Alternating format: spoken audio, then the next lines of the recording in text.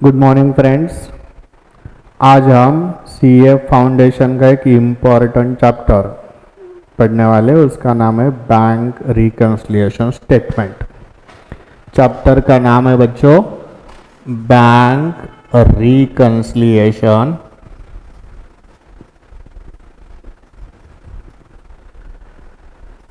Statement.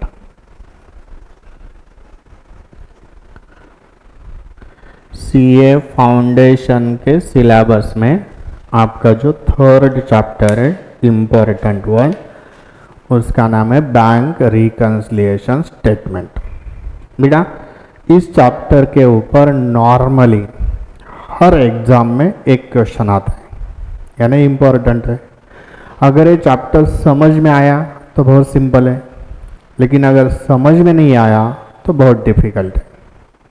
तो पहले हम इसका बैकग्राउंड देखेंगे, इसमें क्या क्या सीखना है, क्या करना है, क्यों करना है, देन हम एक्चुअल प्रॉब्लम कैसे सॉल्व करते हैं ये भी सीखेंगे। Bank reconciliation statement. बेटा रिकन्सिलिएशन का मतलब क्या होता है, रिकन्सिलिएशन किसे बोलते हैं? अगर दो चीज़ों में डिफरेंस आता है, एक्चुअली उसमें डिफरेंस नहीं आना चाहिए, लेकिन अगर आता है तो डिफरेंस मैच करके देखना क्यों आया है और उसी वजह से आया है क्या, उतना ही आया है क्या, ये चेक कर दे, इसे बोलते हैं रिकन्सिलिएशन। सिंपल मीनिंग है मैच करके देखना। अब यहाँ क्या मैच करके देखते हैं हम, किसका रिकन्सिलिएशन होता है? तो सिंपल सी बात है, हर बिजनेसमैन अपना एक बैंक अकाउंट ओपन करता है। हर बिजनेस का एक बैंक में अकाउंट होता है, वो होता है हमें पता है करेंट अकाउंट। वो बिजनेसमैन हर दिन जितनी भी कैश उसके पास कलेक्ट होगी वो जाके बैंक अकाउंट में डिपॉजिट करेगा और जो भी पेमेंट करना है उस बैंक अकाउंट के थ्रू करेगा। अब प्रॉब्लम ये आता है कि यानी हम हमारे बैंक अकाउंट में नंबर ऑफ ट्रांजैक्शंस करते हैं, उसकी रिकॉर्डिंग कौन करता है, बिजनेसमैन या बैंक?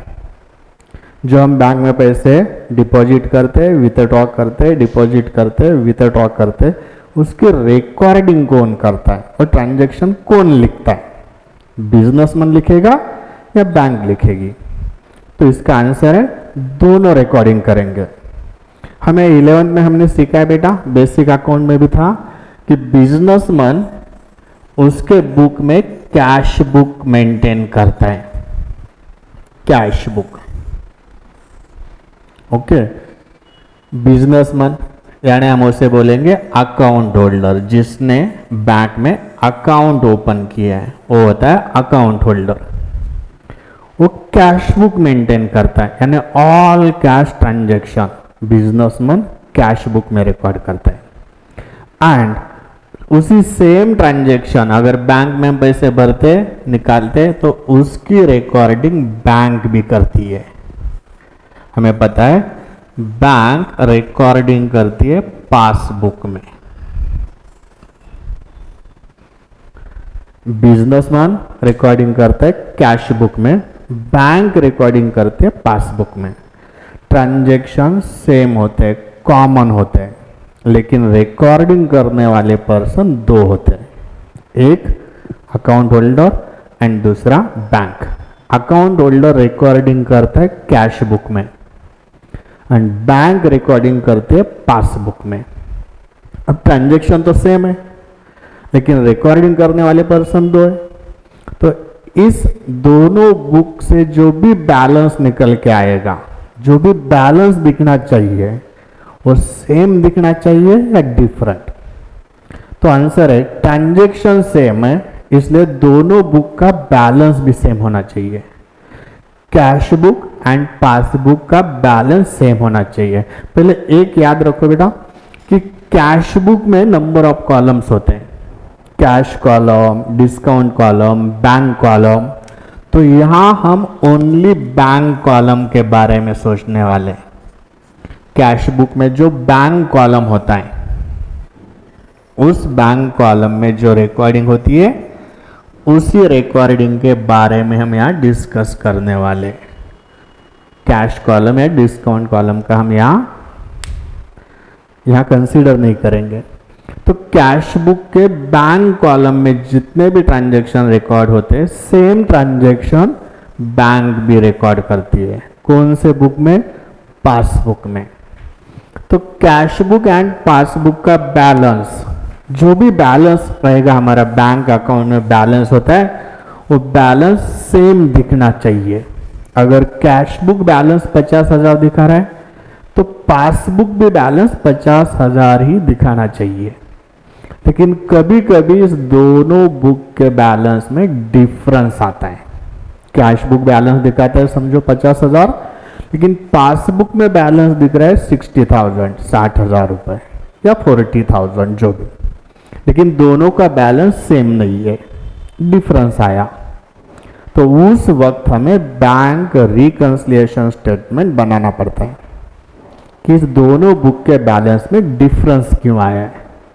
किसी बुक में शायद एरर हुई होगी, गलती हुई है रिकॉर्डिंग में, या किसी बुक में कोई ट्रांजैक्शन रिकॉर्ड ही नहीं किया है, या समझो किसी ने फ्रॉड किया है, फ्रॉड भी हो सकता है।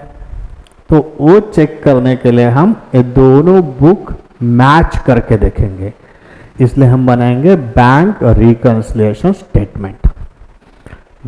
अब इसे हम BRS बोलेंगे बेटा शॉर्ट में, बैंक रिकंसिलिएशन स्टेटमेंट यानी BRS। BRS बनाने के लिए हम सामने दो बुक रखते हैं, एक कैश बुक एंड दूसरा पासबुक। जब भी मैं कैश बुक बोलूंगा आपको सुनाई देगा bank column of cash book, यानी कैश बुक में दूसरे भी कॉलम होते हैं, उसके बारे में हम यहाँ नहीं सोचने वाले हैं। हम यहाँ सोचेंगे खाली बैंक कॉलम के बारे में। तो bank column of cash book and passbook की मदद से हम BRS बनाएंगे, यानी BRS prepared with the help of bank column of cash book and passbook. अब BRS बनाता कौन है? ये स्टेटमेंट बनाएगा कौन? बैंक या अकाउंट होल्डर? तो ये स्टेटमेंट बनाता है account holder. Account holder BRS statement बनाएगा। कब बनाएगा? जब कैश बुक एंड पासबुक के बैलेंस में डिफरेंस शो होगा, डिफरेंस आएगा तब। ओके, तो BRS स्टेटमेंट बनाने से पहले हम बेटा एक चीज सीखेंगे कि कैश बुक एंड पासबुक में रिकॉर्डिंग कैसे होती है। अगर इसका नॉलेज आपको मिलता है तो आपको BRS बहुत जल्दी समझ में आएगा। कैश बुक में रिकॉर्डिंग कैसे होती है एंड पासबुक में कैसे होती है। कैश बुक पहले देखेंगे बेटा। कैश बुक की जो डेबिट साइड होती है यानी लेफ्ट हैंड साइड, उसे हम बोलते हैं रिसीट्स। डेबिट साइड यानी receipt side. And cash book की जो क्रेडिट साइड होती है उसे बोलते हैं हम payments. Receipts and payments. Receipts का मतलब क्या होता है एंड पेमेंट्स का मतलब क्या होता है, पहले इसकी रिकॉर्डिंग सीखेंगे हम, देन पासबुक की रिकॉर्डिंग, और उसके बाद BRS कैसे बनाना हम सोचेंगे। समझो बेटा, रिसीट साइड, रिसीट्स का सिंपल मीनिंग होता है पैसा आया। हमारे बिजनेस में, हमारे बैंक अकाउंट में पैसा आया, इसका मतलब रिसीट्स। एंड पेमेंट का मतलब होता है पैसा गया। रीजन कुछ भी हो, अगर हमारे बैंक अकाउंट में पैसे आते तो हम लिखेंगे रिसीट साइड, एंड अगर हमारे बैंक अकाउंट से पैसे जाते तो हम लिखेंगे पेमेंट साइड। बैंक अकाउंट में पैसे आए रिसीट, बैंक अकाउंट से पैसे गए पेमेंट्स। अब मैं कुछ एग्जांपल पूछूंगा, आप मुझे साइड बताइए रिकॉर्डिंग कैसे होती है। तो चेक डिपॉजिटेड इनटू बैंक या cash deposited into bank, bank में हमने पैसे, अकाउंट में पैसे डिपॉजिट किए, भरे। रिसीट से पेमेंट, आपको खाली इतना सोचना है कि बैंक अकाउंट में पैसे आए या गए। अगर आए रिसीट और गए पेमेंट, तो हम पैसे जाके बैंक में भरते हैं। पैसा आया या गया, बैंक अकाउंट में आया, कहाँ लिखेंगे हम? रिसीट्स। अगर हमने बैंक में जाके पैसे निकाले, अब अकाउंट के बारे में सोचो, बैंक में जो हमारा अकाउंट है ना, उसमें पैसे आए या गए। हम बैंक में गए और बैंक से हमने पैसे निकाले, अकाउंट में पैसे आए या गए, गए, तो हम लिखेंगे पेमेंट साइड। अगर हमें किसी से चेक मिलता है कलेक्शन का, तो हम चेक बैंक में क्लियरिंग के लिए लगाएंगे, डिपॉजिट करेंगे। इसका मतलब बैंक में पैसे आए या गए, आए। कहाँ लिखेंगे हम? डेबिट। चेक इश्यूड, अगर हमारा कोई क्रेडिटर है, किसी के पैसे देने हैं हमें, वो आदमी आया, हमें पैसे मांगे, हमने उसके नाम से चेक लिखा और उसे चेक दे दिया, इसे बोलते हैं चेक इश्यूड। अगर हम पेमेंट का चेक किसी को देते हैं तो इसे बोलते हैं चेक इश्यूड। अब चेक इश्यू जब भी करेंगे हम, तो आदमी हमारे बैंक में जाएगा और पैसे निकाल के लेके जाएगा। तो हमारे अकाउंट में पैसा आए या गए, गए। कहाँ लिखेंगे हम? क्रेडिट। देखो याद रखो, आपको खाली इस बारे में सोचना है कि उस ट्रांजैक्शन से हमारे बैंक अकाउंट में पैसे आए या गए, आए डेबिट, गए credit. Interest allowed by bank, हम कभी कभी बैंक में पैसे रखते हैं तो बैंक हमें इंटरेस्ट देती है, तो हमारे अकाउंट में पैसे आए या गए, आ गए, तो हम कहाँ लिखेंगे? Debit. Interest charged by bank, कभी कभी हमारा नेगेटिव बैंक बैलेंस होता है तो बैंक उसके ऊपर इंटरेस्ट लेती है, उसे बोलते हैं इंटरेस्ट चार्ज। पैसा आया या गया, गया। कहाँ लिखेंगे हम? Credit side. Okay. Direct collection, कभी कभी डायरेक्टली हमारे बैंक अकाउंट में पैसे कलेक्ट होते हैं, कहाँ लिखेंगे हम? Debit. Direct payment made by bank, अगर बैंक ने हमारी तरफ से डायरेक्ट पेमेंट किया, हमने बैंक को बोला कि हमारा लाइट बिल हर महीने भरते जाओ, और बैंक भरेगी। हमारे घर का इंस्टॉलमेंट पे करते जाओ, बैंक पे करेगी, उसे बोलते हैं डायरेक्ट पेमेंट। पैसा आया या गया, गया। कहाँ लिखेंगे? Credit side. ओके। तो जब भी आप कैश बुक में रिकॉर्डिंग करोगे, उस टाइम आपको खाली एक ही चीज के बारे में सोचना है, वो है कैश। हमारे बैंक अकाउंट में कैश आई या गई, आई डेबिट, गई क्रेडिट। अगर मैं आपको एक क्वेश्चन पूछूं, समझो महाभारत आपको पता होगा, महाभारत में एक द्रोणाचार्य बोल के टीचर थे और उनके स्टूडेंट थे कौरव एंड पांडव। तो एक बार क्या हुआ कि उन्होंने डिसाइड किया कि हम इस सब स्टूडेंट की टेस्ट लेते हैं। ओके। तो उन्होंने एक चिड़िया, मिट्टी की चिड़िया बनाई और पेड़ के ऊपर लटका दी, और हर स्टूडेंट को बोलने लगे कि आप आओ, धनुष्य बाण निकालो, आपका टारगेट है चिड़िया की आंख, उस चिड़िया की आंख को आपको बाण मारना है। ओके। और हर स्टूडेंट बोल के आप यहाँ आओ, पोजीशन लो। ओके। बाण और पोजीशन लेते और पूछते थे कि आपको क्या दिख रहा है, तो कोई बोलता पेड़ दिख रहा है, वो बोलते फेल हो गए आप, निकल जाओ। दूसरे को बुलाते, वो भी पोजीशन लेता, वो पूछते आपको क्या दिखाई दे रहा है, वो बोलेगा चिड़िया दिखाई दे रहा है, वो बोले आप फेल हो गए हो, निकल जाओ। जब अर्जुन की बारी आई तो अर्जुन ने क्या किया था? अर्जुन ने पोजीशन ली, द्रोणाचार्य जी ने उससे पूछा कि आपको क्या दिखाई दे रहा है? अर्जुन का जवाब क्या था कि मुझे उस चिड़िया की आंख दिखाई दे रही है, क्योंकि मेरा टारगेट वही है। अगर सेम एग्जाम्पल मैं आपको यहाँ पूछूंगा कि कैश बुक में रिकॉर्डिंग करते समय आपको क्या दिखाई दे रहा है, तो आप बोलोगे पैसा। हम खाली पैसा आया या पैसा गया यही देखेंगे। पैसा आया डेबिट साइड, गया क्रेडिट साइड। बैंक अकाउंट में पैसा है, bank column debit, bank account से पैसे गए, bank account credit side. Okay. तो ये वो होगी कैश बुक की रिकॉर्डिंग। और पासबुक की रिकॉर्डिंग, बेटा पासबुक में रिकॉर्डिंग कौन करता है? बैंक करती है। आपको पता है आपके घर में पासबुक आपको दिखाई देता है, तो यहाँ एक गलती हो सकती है। पासबुक होता है हमारे पास, लेकिन उसके अंदर रिकॉर्डिंग हम नहीं करते। पासबुक में रिकॉर्डिंग कौन करता है? बैंक। पासबुक में रिकॉर्डिंग करते हैं बैंक। पासबुक क्या होता है? पासबुक होता है बेटा copy of customers account in banks book. Bank के बुक में हर कस्टमर का एक अकाउंट होता है, उसकी एक copy, printed copy bank customer को, अकाउंट होल्डर को देती है, उसे हम पासबुक बोलते हैं या उसे बैंक स्टेटमेंट भी बोलते हैं।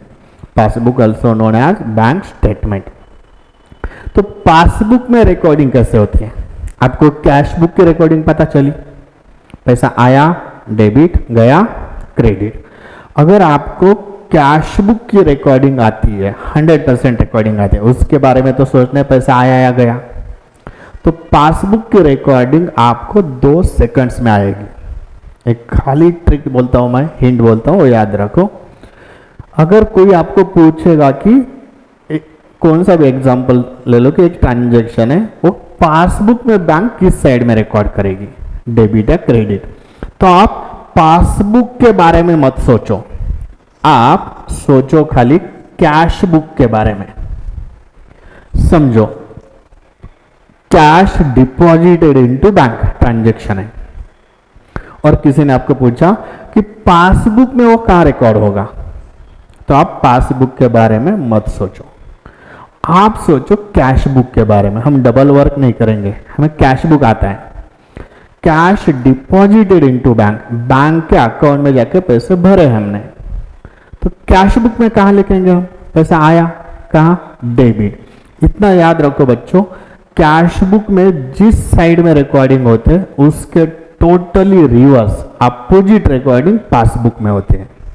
अगर कोई ट्रांजैक्शन कैश बुक में डेबिट रिकॉर्ड करते हैं हम, तो सेम ट्रांजैक्शन बैंक पासबुक में रिकॉर्ड करेगी तो क्रेडिट में करेगी। अगर हम कैश बुक में क्रेडिट में रिकॉर्ड करेंगे तो बैंक उसकी रिकॉर्डिंग डेबिट में करेगी। चेक इश्यूड, पेमेंट का चेक है, हम कैश बुक में कहां लिखते हैं, पासबुक के बारे में मत सोचो, कैश बुक के बारे में सोचो। कैश बुक में कहां लिखते हैं, चेक इश्यूड, पेमेंट का चेक है, पैसा गया यानी क्रेडिट, तो बैंक कहां लिखेगी, तो आप उल्टा बताएंगे। इसके बारे में सोचो, इसका आंसर निकालो कैश बुक का और उल्टा बताओ। उल्टा बताने तो हम माहिर है। ओके, तो यहां पेमेंट में आएगा, क्रेडिट में आएगा, इसका मतलब पासबुक में कहां आएगा, डेबिट में। अगर एक ट्रांजैक्शन कैश बुक में डेबिट में आएगा तो पासबुक में क्रेडिट में आएगा, फिनिश। यानी कौन सा भी ट्रांजैक्शन हो, आप कैश बुक के बारे में सोचो और आपने आप पासबुक की रिकॉर्डिंग बताओ।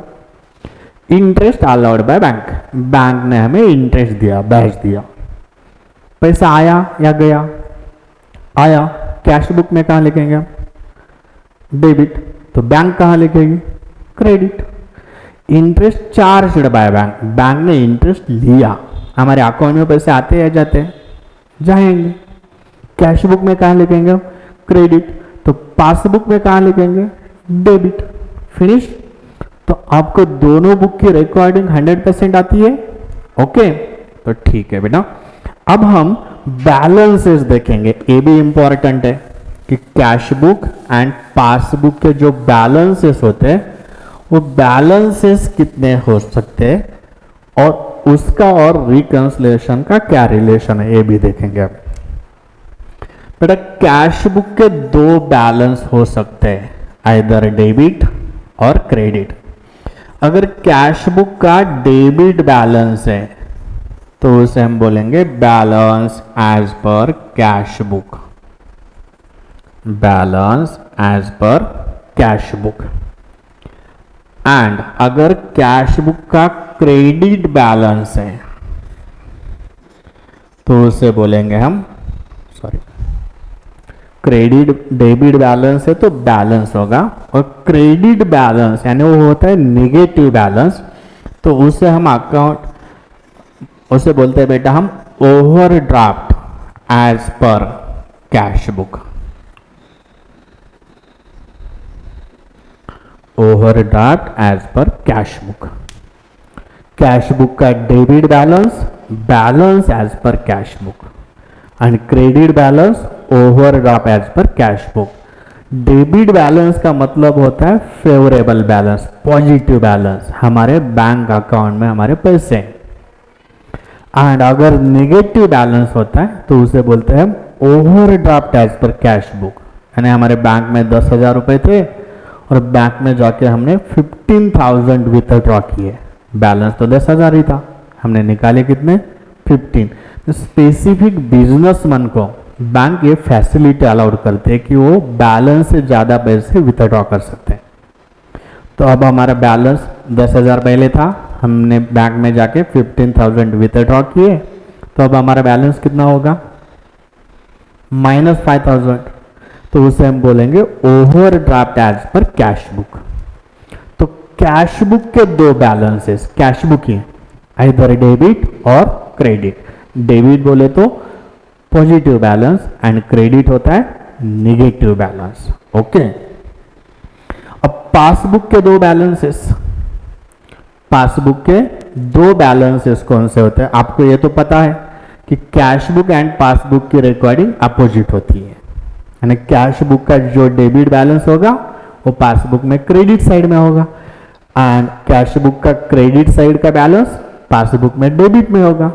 यानी कैश बुक का क्रेडिट वाला पासबुक में होगा डेबिट साइड में, यानी उसे हम बोलेंगे overdraft as per passbook. Overdraft as per passbook. And cash book का डेबिट बैलेंस था तो पासबुक का क्रेडिट होगा बैलेंस एज पर पासबुक, यानी पॉजिटिव बैलेंस। कैश बुक का डेबिट फेवरेबल तो पासबुक का क्रेडिट फेवरेबल। कैश बुक का क्रेडिट ओवरड्राफ्ट तो पासबुक का डेबिट ओवरड्राफ्ट। क्यों? क्योंकि अपोजिट रिकॉर्डिंग है तो बैलेंस अपोजिट शो होंगे। तो यानी हमारे पास अब कुल बैलेंसेस हो गए 4, कैश बुक के 2 एंड पासबुक के 2। यानी हमारे पास चारों में से कौन सा भी एक बैलेंस एग्जाम के क्वेश्चन में आएगा। टोटल 4 बैलेंस अवेलेबल है, उसमें से एक बैलेंस वो एग्जाम में देंगे एंड डिफरेंसेस के रीजंस देंगे। तो आपको उससे बैंक रिकंसिलिएशन स्टेटमेंट बनाना है। ओके, बैंक रिकंसिलिएशन स्टेटमेंट बनाना है। तो बेटा बैलेंस कौन सा दिया है स्टार्टिंग पॉइंट, इसके ऊपर डिपेंड है बीआरएस कैसे बनाएंगे हम। ओके, तो इसके लिए हम एक एग्जांपल देखेंगे बेटा, और उससे बीआरएस कैसे बनाते हैं ये सीखेंगे। समझो, आज पहले हम देखेंगे balance as per cash book starting point है। Balance as per cash book यानी favourable balance as per cash book अगर स्टार्टिंग पॉइंट दिया है तो उससे हम बीआरएस कैसे बनाएंगे सीखेंगे। देन 3 बैलेंसेस और भी है, उसमें से कौन सा भी आ सकता है, तो उससे बीआरएस कैसे बनाते हैं उसके बाद देखेंगे। ओके, आपके स्क्रीन के ऊपर मैंने एक एग्जाम्पल लिया है, क्वेश्चन लिखा है। क्वेश्चन है बेटा, इसका हम सॉल्यूशन करके देखेंगे। इसमें आपको ये चैप्टर नियर अबाउट 80% समझ में आएगा बीआरएस में एक्चुअल क्या किया जाता है। तो क्वेश्चन है बेटा, from the following prepare bank reconciliation statement as on 31 March 2019। बेटा इस डेट को आपको बैंक रिकंसिलिएशन स्टेटमेंट दिया है। आपको क्वेश्चन में हमने थोड़ी देर पहले जो बैलेंसेस देखे थे 4 बैलेंसेस, उसमें से कौन सा तो एक बैलेंस क्वेश्चन में देंगे एंड डिफरेंसेस के रीजंस देंगे। आज के हमारे क्वेश्चन में बैलेंस दिया है बेटा, balance as per cash book ₹35,000, यानी कैश बुक का बैलेंस दिया है, ओनली बैलेंस है, इसका मतलब ओवरड्राफ्ट नहीं है ये, यानी पॉजिटिव बैलेंस है, यानी हम उसे बोलते हैं डेबिट बैलेंस। यानी कैश बुक का डेबिट बैलेंस स्टार्टिंग पॉइंट दिया है एंड उसके नीचे कैश बुक एंड पासबुक के बैलेंस में डिफरेंस क्यों आया है, इसके रीजंस दिए हैं उन्होंने। एक बैलेंस देते डिफरेंसेस के रीजन देते हैं क्वेश्चन में, तो आपको दूसरे बुक का बैलेंस निकालना होता है। एक क्वेश्चन होगा हमारा, कैश बुक का बैलेंस दिया है तो आपको निकालना है पासबुक का बैलेंस। अब ये क्वेश्चन सॉल्व कैसे किया जाता है, देखो अगर आपको एक मेथड आ गई, जैसे हमने थोड़ी देर पहले देखा था, कैश बुक की रिकॉर्डिंग अगर हमें आती है तो पासबुक की अपने आप आ गई थी। वैसे भी 4 बैलेंसेस है, उसमें से एक बैलेंस से प्रॉब्लम करना आपने सीखा तो 3 बैलेंस से अपने आप आपको सॉल्व करने को आएंगे। उसकी एक सिंपल ट्रिक मैं बताऊंगा। तो पहले हम एक बैलेंस स्टार्टिंग पॉइंट लेते हैं और उसमें क्या ऐड करना है क्या लेस करना है देखेंगे। बेटा इधर मैंने फॉर्मेट बनाया, ये हमारा सॉल्यूशन होगा। Bank reconciliation statement as on, वो जो डेट दिए उस एक डेट का ये रिकंसिलिएशन स्टेटमेंट होता है। इसमें कॉलम्स होते हैं बेटा, एक पर्टिकुलर्स का कॉलम एंड अमाउंट्स के 2 कॉलम्स, पर्टिकुलर का एक कॉलम एंड अमाउंट्स के 2 कॉलम्स होंगे। अब इस फॉर्मेट में आपको बैंक रिकंसिलिएशन स्टेटमेंट बनाना है। ओके, तो बेटा इस फॉर्मेट में सबसे पहले फर्स्ट लाइन, उसे हम स्टार्टिंग पॉइंट बोलते हैं। स्टार्टिंग पॉइंट लिखते हैं हम क्वेश्चन में जो बैलेंस दिया है, जिसी भी बुक का होगा, कैश बुक का हो या पासबुक का, वो बैलेंस हमें फर्स्ट लाइन में लिखना है। आज के क्वेश्चन में हमें बैलेंस दिया है कैश बुक का, तो उस फॉर्मेट में हम फर्स्ट लाइन में लिखेंगे balance as per cash book, और जो कॉलम है बेटा उसके बाहर वाले कॉलम में आप अमाउंट लिखोगे, आउटर कॉलम 35,000। जो भी बैलेंस दिया है हमने वो बैलेंस लिखेंगे। समझो बैलेंस एज पर पासबुक दिया होता तो हम वहां लिखेंगे balance as per passbook. Overdraft as per cash book है, first line overdraft as per cash book, यानी जो भी बैलेंस क्वेश्चन में वो देंगे उस बुक का बैलेंस हम फर्स्ट लाइन में लिखेंगे। ओके, समझ में आया। देन जो बाकी रीजंस दिए उन्होंने, डिफरेंसेस के रीजंस, ये रीजंस एक तो इस बैलेंस में ऐड होंगे या लेस होंगे। 2 ही ऑप्शन है हमारे सामने, एक तो डिफरेंसेस के रीजन इसमें ऐड होंगे या लेस होंगे। अब इसके नीचे हम लिखेंगे ऐड, 6 to 7 लाइंस ब्लैंक रखो और नीचे लिखो लेस। तो ऐड वाले ऑल रीजंस हम यहां लिखेंगे, लेस वाले नीचे लिखेंगे। एक्चुअल प्रॉब्लम ऐसे सॉल्व करना है हमें। जो भी बैलेंस दिया है वो फर्स्ट लाइन में लिखो और जो ऐड करना है लेस करना है नीचे लिखो। अब हमें खाली डिसाइड करना होता है कि क्या ऐड करना है और क्या लेस करना है। ये जो रीजंस है उसमें से कुछ रीजंस हम उसमें ऐड करेंगे एंड कुछ लेस करेंगे। वे ऐड लेस का डिसीजन लेना अगर आपने सीखा तो ये चैप्टर आपको समझ में आ गया, कैसे डिसाइड करना है क्या ऐड करना है क्या लेस करना है। ओके, उसके पहले एक रूल बोलता हूं मैं बेटा, वो याद रखो। जब भी आप BRS बैंक रिकंसिलिएशन स्टेटमेंट बनाओगे तो मेरे 3 चीजें याद रखोगे आप। आपको 3 ही एक्टिविटीज यहां पे करना है, ओनली 3। ओके, फर्स्ट, अगर कैश बुक में आपने रिकॉर्डिंग करते समय कुछ गलती की है, एरर की है, तो आपको BRS बनाते समय उसमें करेक्शन करना है, रेक्टिफाई करना है। BRS बनाते समय आपको मेरी 3 चीजों की तरफ ध्यान देना है, ओनली 3। ओके, फर्स्ट है, अगर कैश बुक में हमने कोई गलती की है रिकॉर्डिंग में तो उसका करेक्शन करेंगे हम। आप अगर कुछ गलत हुआ है तो दुरुस्त करेंगे, रेक्टिफाई करेंगे, फर्स्ट। सेकंड, अगर कौन सा भी ट्रांजैक्शन कैश बुक में रिकॉर्ड नहीं किया है हमने तो BRS बनाते समय हम रिकॉर्ड करेंगे। कैश बुक में गलती की है तो करेक्शन करेंगे, कैश बुक में लिखा नहीं है तो अब लिखेंगे। दो याद आए। एंड थर्ड इंपॉर्टेंट है बेटा, अगर पासबुक में कोई गलती की है, अगर पासबुक में कोई एरर हो गई है तो बीआरएस बनाते समय हम भी एरर करेंगे। अब आपको लगेगा कि एरर करेंगे तो आंसर करेक्ट कैसे होगा। यहाँ आपको आंसर करेक्ट निकालना ही नहीं है, आपको खाली पासबुक का बैलेंस निकालना है, और सही या गलत है ये हमें पता नहीं है। कैश बुक का इतना था तो पासबुक में इतना है। समझो कैश बुक बैलेंस दिखा रहा है 60,000, पासबुक दिखा रहा है 80। कौन सा करेक्ट है कौन सा रॉन्ग है हमें अभी पता नहीं है। वो कैसे पता लगाना होता है, उसके लिए क्या करना होता है आगे सीखेंगे हम। आज खाली देखेंगे हम कि पासबुक का बैलेंस कैसे निकालना है। कैश बुक का बैलेंस दिया है, पासबुक का निकालना है।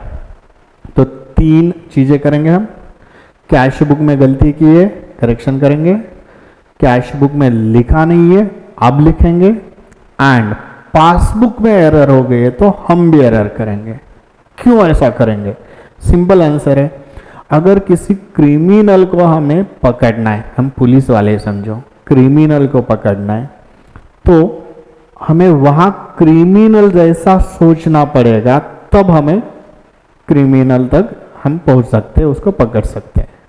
पुलिस वाले होके भी हमें क्रिमिनल जैसा सोचना पड़ेगा, तब हमें क्रिमिनल हाथ लगेगा।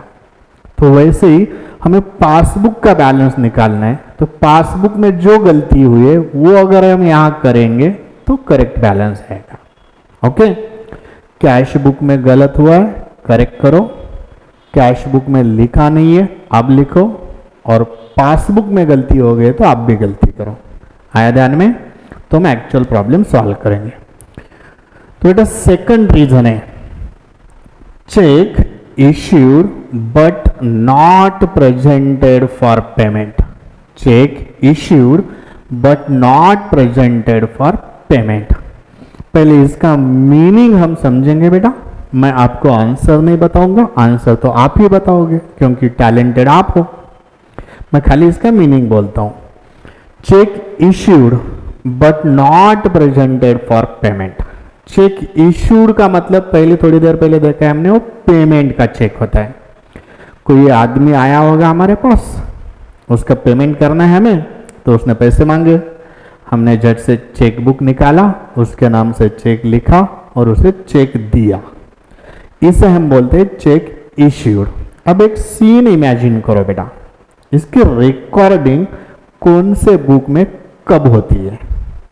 कैश बुक में रिकॉर्डिंग कब होगी एंड पासबुक में। आपको ये पता है कैश बुक में रिकॉर्डिंग करता है बिजनेसमैन एंड पासबुक में रिकॉर्डिंग करते बैंक।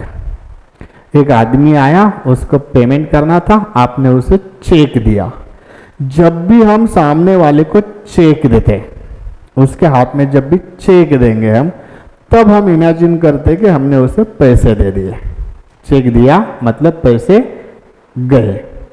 हम झट से कैश बुक निकालेंगे और क्या लिखेंगे उसमें, पैसा आया या गया। थोड़ी देर पहले हमें रिकॉर्डिंग देखी है, चेक इश्यूड किया है तो मतलब पैसा गया। हम कैश बुक निकालेंगे और पैसे गए ऐसा समझ के कैश बुक के पेमेंट साइड में लिखेंगे। इसका मतलब कैश बैलेंस में हमने ऐड किया है, लेस किया, पैसे गए, पैसा कम हो गया, कैश में से आपने लेस किया। कब? जब आपने चेक दिया तब। अब but not presented for payment, वो आदमी वो चेक लेके बैंक में गया ही नहीं, यानी उस चेक का बैंक में से पेमेंट अभी तक हुआ नहीं है। आपने चेक दिया है, अभी तक बैंक से पैसे गए नहीं। आपने चेक देते समय कैश बुक में क्या लिखा है, पैसे आए या गए? गए। एक्चुअल पैसे गए क्या? पेमेंट हुआ है? नहीं, पैसे गए ही नहीं। तो जिस चेक का पेमेंट हुआ ही नहीं है वो आपने कैश में से लेस किया है। अब करेक्शन करना है आपको। अब क्या करोगे आप? पैसे गए ही नहीं है, आपने लेस किया है। अब क्या करना पड़ेगा आपको? लेस या ऐड? तो आपको ऐड करना पड़ेगा। Okay, add. Cheque issued but not presented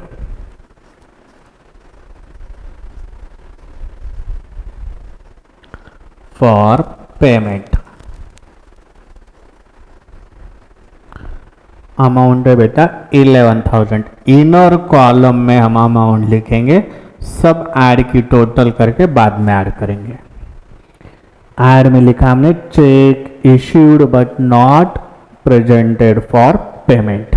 क्यों ऐड किया, रीजन समझ में आया?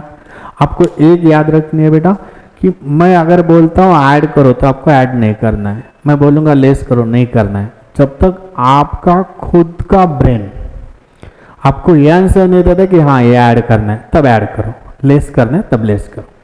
आपको समझ के लेना है, आप डिसाइड करोगे ऐड या लेस। मैं खाली सिचुएशन बोल दूंगा, आप डिसाइड कर सकते हो। ओके, अब सेकंड ट्रांजेक्शन बेटा, फर्स्ट हो गया, सेकंड हो गया। अब एक check deposited but not collected. Check deposited but not collected. पहले मीनिंग देखेंगे हम और बाद में उसको क्या करना है एडलेस देखेंगे। चेक डिपॉजिट का मतलब होता है बैंक में वो पैसा या चेक हम दे रहे हैं बेटा, यानी कलेक्शन का चेक है जो हम बैंक में डिपॉजिट करते हैं।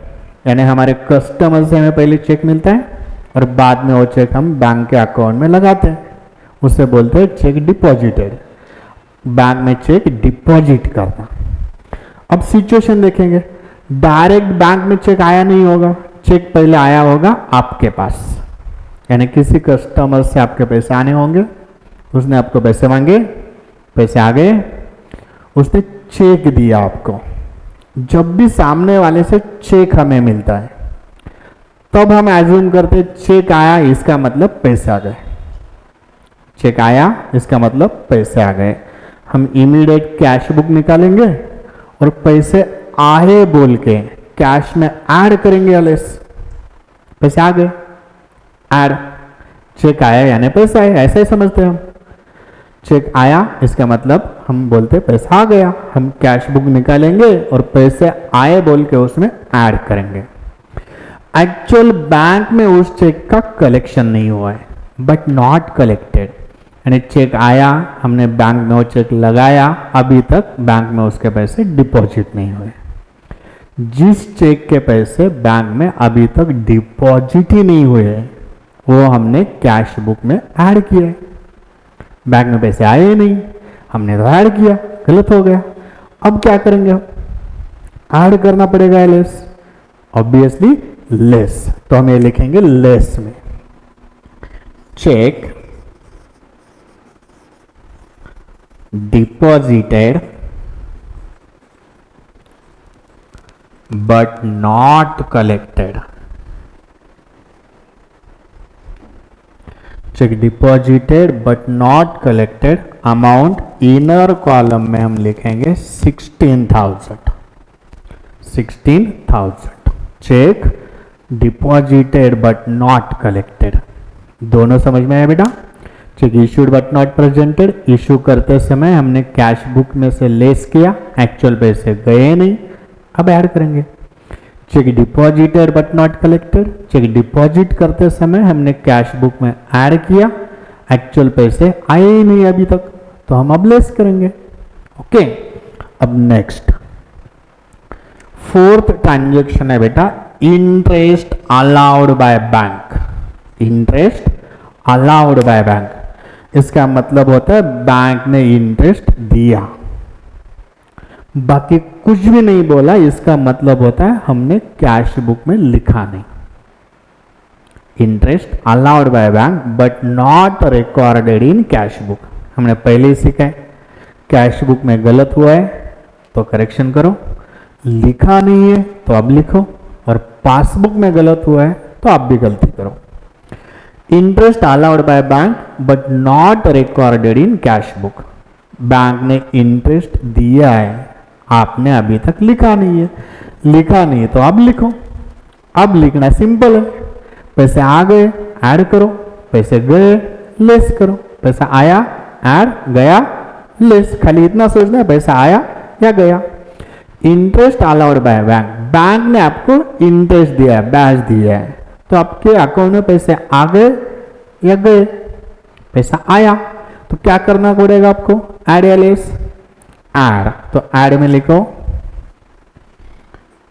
Interest allowed by bank but not recorded in cash book, 600 rupees. Interest allowed by bank हो गया, बैंक ने इंटरेस्ट दिया है, पैसे आ गए, इसलिए कैश बुक में हम ऐड करेंगे। ओके, नेक्स्ट ट्रांजैक्शन है interest charged by bank. Interest charged by bank, bank ने इंटरेस्ट लिया, यानी बैंक आपसे ब्याज ले रही है, उसे बोलते हैं इंटरेस्ट चार्ज्ड बाय बैंक। कभी कभी हमारा नेगेटिव बैलेंस होता है तो उसके ऊपर बैंक हमसे इंटरेस्ट लेती है, तो लेते समय आपको बैंक बताएंगे नहीं, डायरेक्ट आपके अकाउंट से पैसे डिडक्ट करेगी वो बैंक। तो बैंक ने इंटरेस्ट लिया है, आपको पता ही नहीं है, आपने लिखा ही नहीं है, तो अब लिखेंगे हम। खाली इतना सोचना है आपको, अगर लिखा नहीं है तो इतना ही सोचना है कि पैसे आए या गए। इंटरेस्ट लिया है बैंक ने, इसका मतलब पैसे आए या गए। इंटरेस्ट बैंक ले रही है, तो हमारे अकाउंट से पैसे जाएंगे, तो हम ऐड करेंगे लेस। लेस, लेस में लिखो interest charged by bank. Interest charged by bank 400 rupees inner column में। टोटल एक ही बार हम डिडक्ट करेंगे, interest charged by bank 400। Okay, चलो बेटा 6 नंबर का transaction, 6th, dividend collected by bank but not entered in cash book. Bank ने dividend collect किया है, कैश बुक में आपने अभी तक लिखा नहीं है, अब लिखेंगे। इतना याद रखो, लिखते समय आपको इतना ही सोचना है, पैसा आया ऐड, गया लेस। डिविडेंड बैंक ने कलेक्ट किया है, इसका मतलब पैसा आया या गया? आया, तो ऐड करोगे या लेस? ऐड, तो ऐड में लिखो dividend collected by bank। Dividend collected by bank ₹100, inner column में लिखेंगे ₹100। ओके, नेक्स्ट 7 ट्रांजेक्शन है बेटा direct payment made by bank. Direct payment made by bank, bank ने on behalf of account holder direct payment किया है, उधर से payment किया है। अगर कोई भी ट्रांजैक्शन डायरेक्ट बैंक करते हैं तो इसका मतलब होता है उसको वो ट्रांजैक्शन आपको पता ही नहीं है। अगर आपको पता नहीं है तो इसका मतलब आपने लिखा नहीं है, तो अब लिखेंगे। डायरेक्ट पेमेंट है, लिखा नहीं है, अब लिखेंगे। पेमेंट है, पैसा आया या गया? सोचो थोड़ा, आपको ही आंसर आएगा। डायरेक्ट पेमेंट है, पैसा आया या गया? गया। अगर पैसे जाते तो आपको ऐड करना पड़ेगा लेस।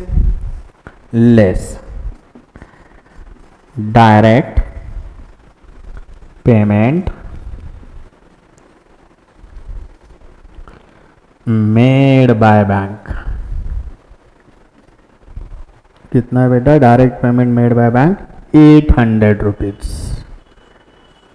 800 रुपीज पेमेंट, यानी पैसा गया, लिखा नहीं है, अब लिखेंगे लेस।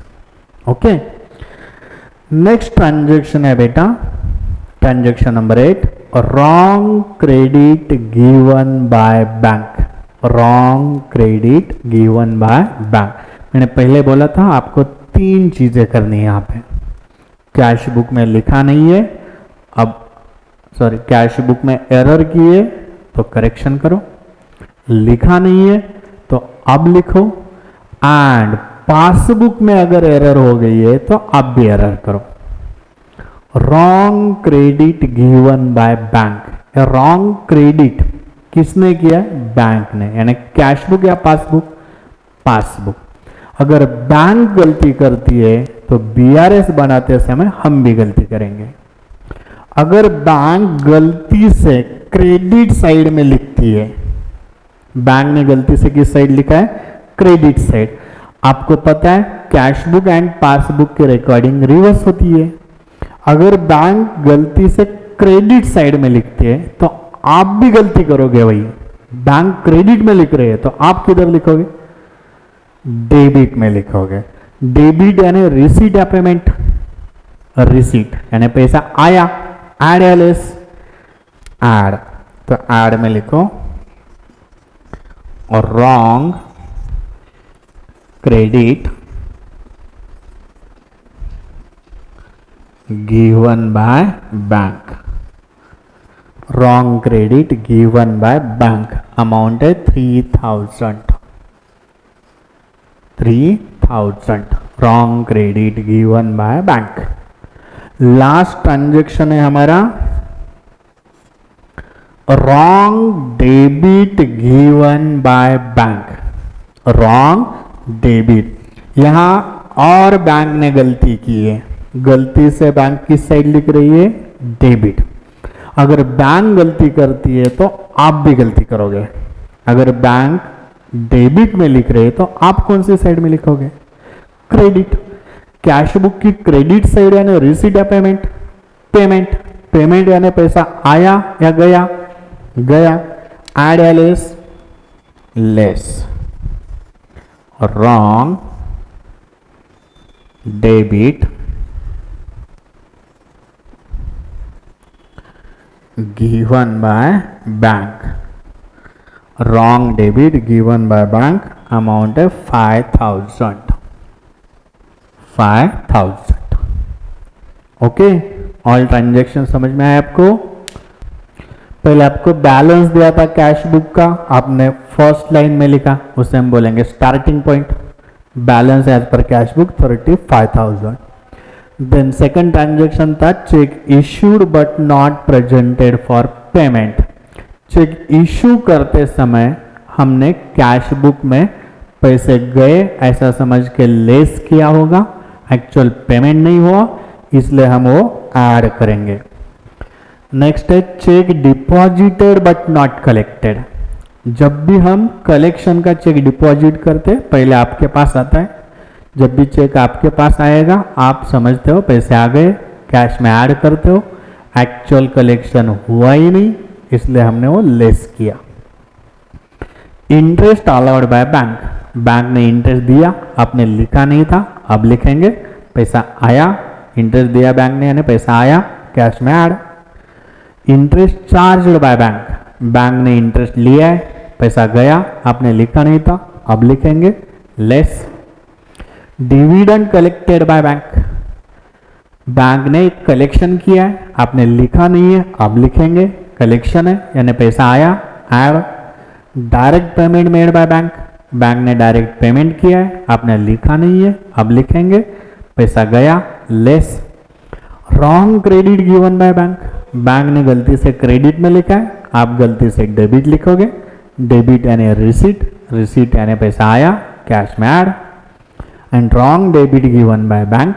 बैंक ने डेबिट गलती से किया, आप गलती से क्रेडिट करोगे। क्रेडिट यानी पेमेंट, पेमेंट यानी पैसा गया, कैश में से लेस। ऑल ट्रांजेक्शन आपको समझ में आए?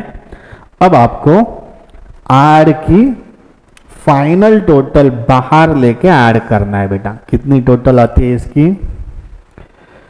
11,000 प्लस 3 14,700। 14,700 कैलकुलेटर अलाउड है आपको।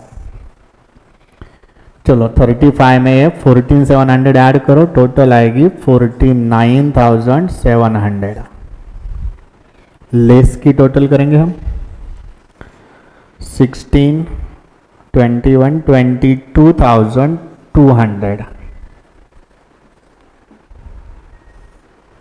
22,200। अब इसमें से लेस करो बेटा, 700 माइनस 200 500 27,500। इसे हम नाम देंगे balance as per cash book, sorry balance as per, ऊपर कैश बुक है तो नीचे आएगा passbook, balance as per passbook. Okay, वहां ऊपर कैश बुक था तो नीचे पासबुक आएगा, अगर ऊपर पासबुक होता तो नीचे कैश बुक आता। ओके, तो ऐसे हम प्रॉब्लम सॉल्व करेंगे बेटा। आपको एक चीज याद रखनी है, बीआरएस का क्वेश्चन सॉल्व करते समय या एक चैप्टर सीखते समय ऐड क्या करना है, क्या लेस करना है, ये सीखना नहीं है आपको। क्यों ऐड करना है, क्यों लेस करना है, इसकी तरफ ध्यान दे दो। अगर एक मेथड आ गई तो मैं आपको ऐसे ट्रिक बताऊंगा कि आपको अदर 3 मेथड्स 2 सेकंड्स में आ जाएंगे, उसके बारे में सोचना भी नहीं है आपको। एक मेथड सीखो, चारों मेथड करो, 25% वर्क, 100% नॉलेज। ओके, तो आज यहीं पे रुकते हैं बेटा हम। ओके, तो कल मिलेंगे अदर मेथड्स के साथ।